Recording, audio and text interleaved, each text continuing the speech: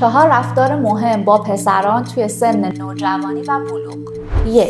لطفاً کمتر حرف بزنید و بیشتر بهش گوش بدید. شاید پسرها مثل دخترها خیلی اهل صحبت کردن نباشن، اما این به این معنی نیست که هیچ حرفی هم توی دلشون ندارن.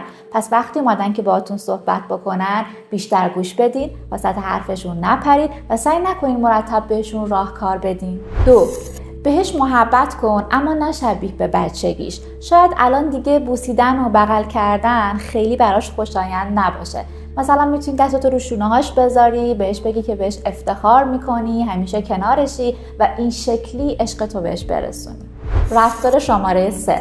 بهش فضا بده اما رهاش نکن. پسر بچه‌های نوجوان به تجربه استقلال خیلی زیاد احتیاج دارن، اما لازمه که محدودیت‌های واقع بینانه رو هم لحاظ بکنی و یه بالانسی بین کنترل نکردن و تجربه استقلال براش فراهم بکنی. و رفتار آخر، از تغییراتش نترس. درسته که خیلی بد اخلاق شده، زود عصبی میشه، همش میخواد توی اتاقش باشه، اما اینا به این معنی نیستش که بچه بدی شده. اینا فقط تغییرات هورمونی بلوغه که لازمه کنارش باشی، همراهش باشی تا بتونه به سلامت ازشون عبور بکنه.